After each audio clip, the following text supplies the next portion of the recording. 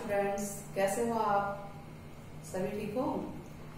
आज हमारी क्लास में क्लास 12 मैक्रो इकोनॉमिक्स चैप्टर 1 का पार्ट 3 की वीडियो मैं आपके सामने लाई हूँ।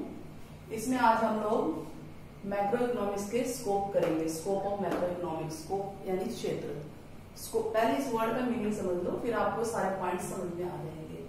मतलब माइक्रो इकोनॉमिक्स का स्कोप यानी मैक्रो इकोनॉमिक्स कितनी फैली हुई है, उसमें हम क्या क्या स्टडी करेंगे, वो सारा हम इसके अंदर पढ़ेंगे आज। ठीक है, तो पहला है थ्योरी ऑफ नेशनल इनकम, राष्ट्रीय आय का सिद्धांत। यानी हम मैक्रो इकोनॉमिक्स में नेशनल इनकम के बारे में जानेंगे कि नेशनल इनकम क्या होती है, उसमें कौन कौन सी इनकम इंक्लूड है, नेशनल इनकम को निकालने के मेथड्स कौन कौन से हैं। मेनली इसके 3 मेथड्स हैं। ये आपको जो है नेक्स्ट चैप्टर में मेरी आने वाली वीडियोस में मिल जाएगा।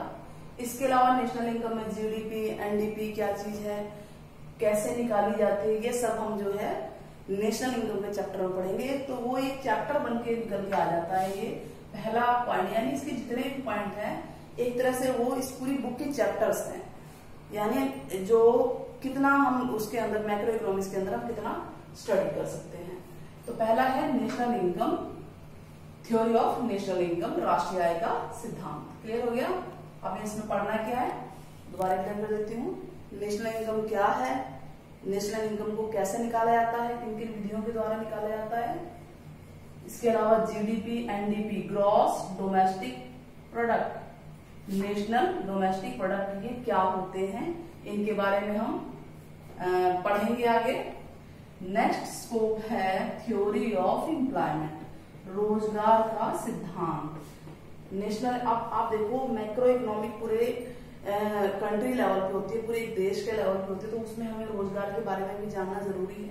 तो यानी इसका एक टॉपिक ये भी बन जाता है कि पूरे इकोनॉमिक्स, जो एक इकोनॉमी है उसके अंदर जो है आप एम्प्लॉयमेंट से रिलेटेड क्या क्या प्रॉब्लम्स आते हैं, रोजगार से रिलेटेड, और अनएम्प्लॉयमेंट यानी बेरोजगारी क्यों फैली है, कैसे फैली है, ये सारी जो प्रॉब्लम्स आती है ये सब हम इसके अंदर स्टडी करेंगे। इसके अलावा केन्स थ्योरी है, एक इकोनॉमिस्ट है, उन्होंने अपना सिद्धांत दिया, अपना थ्योरी दी है, तो उसके बारे में पढ़ेंगे। फिलहाल 12th क्लास में वो थोड़ा ही है और अपर क्लास में इसके बारे में बहुत ज्यादा है। तो ये इंपॉर्टेंट है एक तरह से, ये वाला आता है। ठीक है, इसके अलावा हम इसमें पढ़ेंगे कॉजेज ऑफ अनएम्प्लॉयमेंट। अगर अनएम्प्लॉयमेंट किसी इकोनॉमी में है तो क्यों है, किस लिए है वो, मतलब किस तरह से फैली हुई है, और उसको समाधान करने के क्या तरीके हैं, पॉसिबल सॉल्यूशन क्या है अनएम्प्लॉयमेंट को हटाने के, बेरोजगारी को दूर करने के क्या हमारे पास समाधान हो सकते हैं, वो हम थ्योरी ऑफ एम्प्लॉयमेंट में पढ़ेंगे।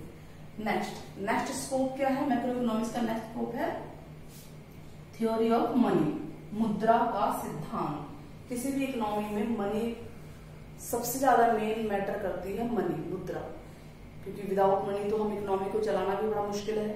तो इसमें मनी कैसे क्रिएट करता है, कोई भी कंट्री अपनी, कोई भी इकोनॉमी अपनी मनी कैसे क्रिएट करती है, मतलब पैसा कैसे अर्जित करती है, किस तरह से उसकी आय उत्पन्न होती है, वो सारा हम पढ़ेंगे। ये चैप्टर ये भी बन के आता है।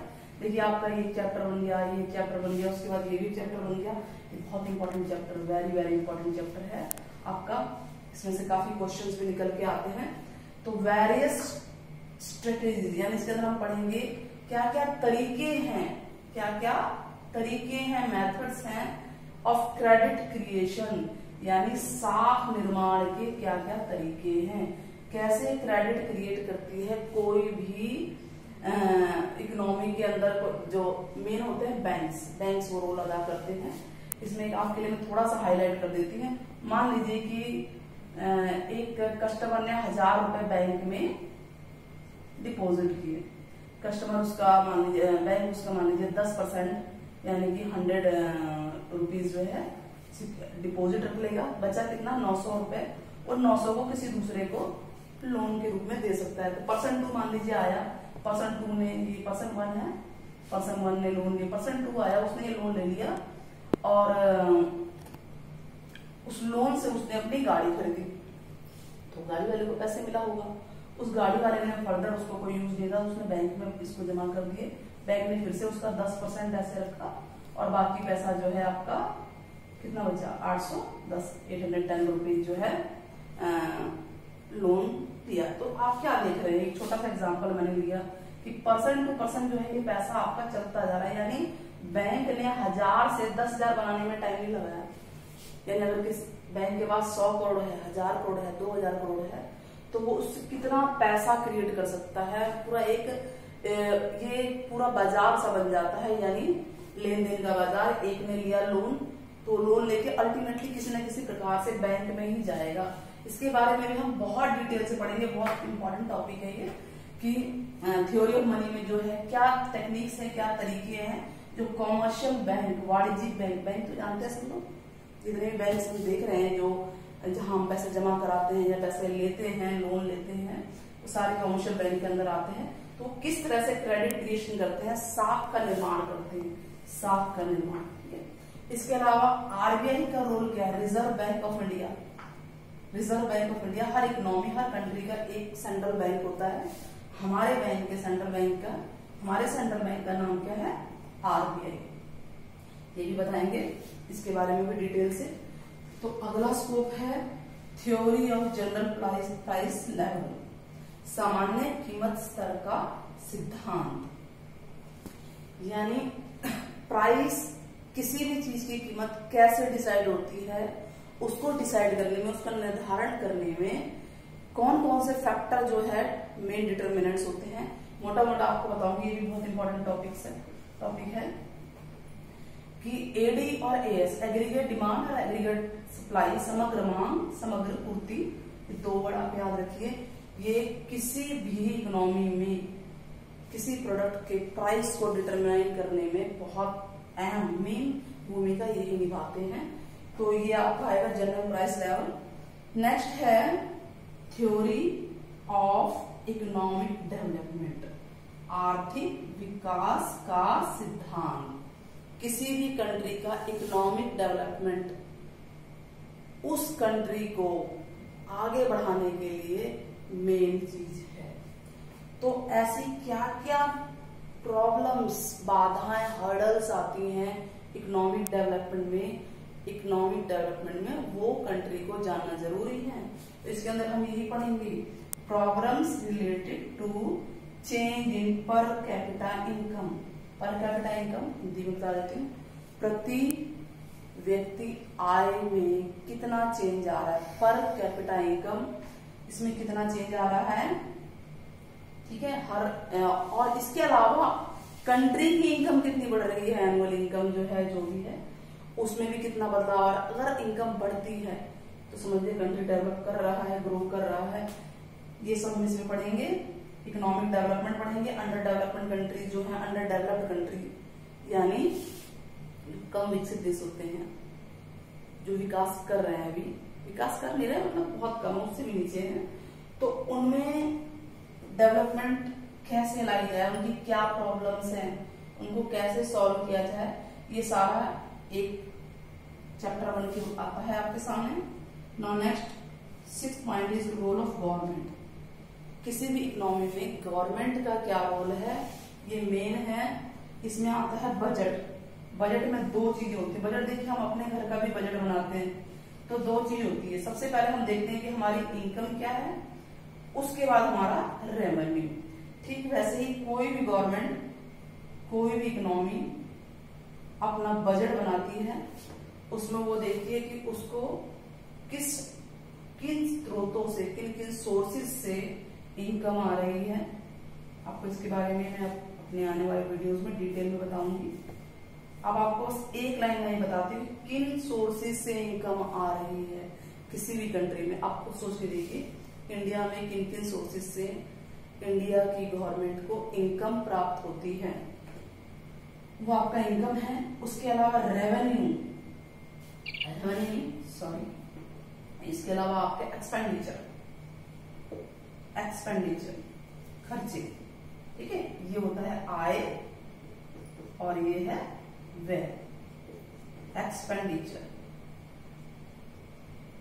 इनकम के बाद खर्चे क्या हैं वो सारा जो है गवर्नमेंट डिसाइड करती है पहले ही।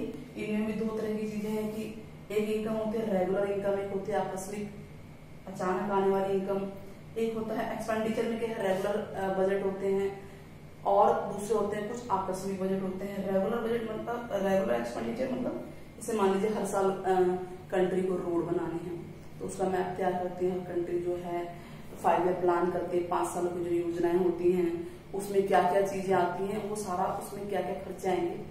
और जो अनप्लान होते हैं जैसे मान लीजिए आपदा आ गई इस टाइम पे, जैसे कोरोना आया इस टाइम पे, जो अनप्लान इनकम इसके लिए भी गवर्नमेंट अपना अलग से बजट रखती है। जैसे हम लोग अपने घर में क्या करते हैं, हमारे पास इनकम है तो एक हिस्सा हम हमारा जो रेगुलर एक्सपेंडिचर है उसमें खर्च करते हैं और बाकी पैसा हम बचा लेते हैं ताकि आकस्मिक हमारा कोई खर्चा ना आए, और अगर वो आता है तो हम उन पैसों से उन खर्चों को पूरा करते हैं। ठीक वैसे ही गवर्नमेंट भी ऐसे ही करती है। इसका एक चैप्टर बनेगा, ठीक है, आपके हर किसी चैप्टर बनते जा रहे हैं। लास्ट है exchange rate and BOP. BOP क्या होता है? Balance of payment. Exchange rate यानी विनिमय दर भुगतान से। विनिमय दर एक्सचेंज रेट क्या होता है? डॉलर सुना होगा आपने, दूसरे देशों की और करेंसी सुनी होगी आपने। आपने ये भी सुना होगा कि $1 में कितने रुपीज होते हैं या €1 में कितने रुपीज हैं। तो इसी को एक्सचेंज रेट कहते हैं कि एक करेंसी के बदले दूसरी कंट्री की कितनी करेंसी आ सकती है, वैल्यू कितनी होती है, इसे एक्सचेंज रेट कहते हैं। ये इंटरनेशनल मार्केट में कंट्री की पावर यानी उस मार्केट में क्या पावर उस पर डिपेंड करता है। जैसे अमेरिका ज्यादा पावरफुल है, उसकी करेंसी की ज्यादा वैल्यू है बजाय की अगर हम देखें कि और अंडर डेवलप या डेवलपिंग कंट्रीज हैं, लाइक अपनी ही कंट्री अगर देख लें तो $1 में अप्रॉक्स इस समय 70 पार है, काफी ज्यादा जा रहा है, यानी कि डाउन हो रहा है अपना पैसा। एक्सचेंज रेट तो ये होता है, एक्सचेंज रेट के वो डिटरमिनेंट होते हैं, मार्केट होता है, मार्केट में आपकी क्या डिमांड है आपके पैसों की और क्या सप्लाई चल रही है।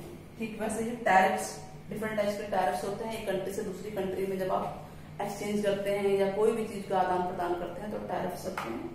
तो मेनली आपके जो है ये 7 पॉइंट्स है, मैं दोबारा रिपीट कर देती हूँ। जो स्कोप है मैक्रो इकोनॉमिक्स के, theory of national income, theory of employment, theory of money, theory of general price level, theory of economic development, role of government and exchange rate and BOP. ये इसी वे में आपको जो है चैप्टर भी नजर आएंगे आपकी बुक में। आशा करती हूँ आपको वीडियो पसंद आई होगी। Thank you very much.